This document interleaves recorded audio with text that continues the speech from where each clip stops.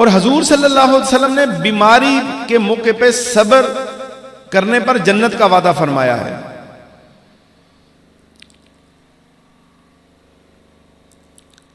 اور اللہ کے محبوب صلی اللہ علیہ وسلم نے امت کی خیر خواہی کے لیے بہت سی دعائیں سکھائی ہیں. اگر ہم ان کو سیکھ جائیں تو ہماری زندگی جو ہے مشکلات سے آسانی کی طرف آ جائے گی.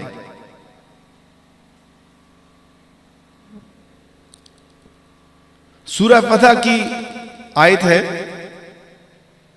اتنی مشکل بھی نہیں ہے. یہ بھی مرگی کے دورے پڑنے والے کے لیے انتہائی فائدہ مند ہے.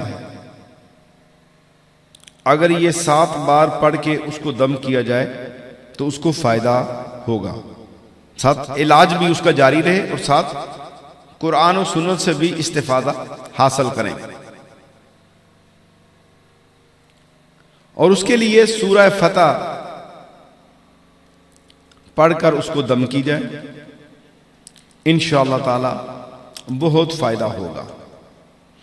اور یہ آیت محمد الرسول اللہ والذین معہ اشداء علی الکفار سورت کے آخر تک یہ پڑھا جائے اور اس کو ازمایا گیا ہے.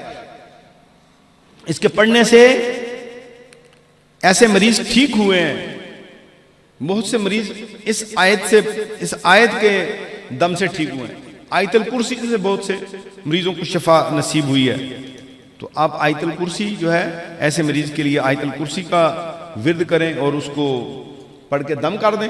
کہیں جانے کی ضرورت نہیں ہے, گھر کے اندر ہی روحانی علاج آپ اپنے گھر کے اندر کر سکتے ہیں. ڈاکٹری علاج کے لیے تو پھر آپ کو جانا پڑے گا ڈاکٹر کے پاس.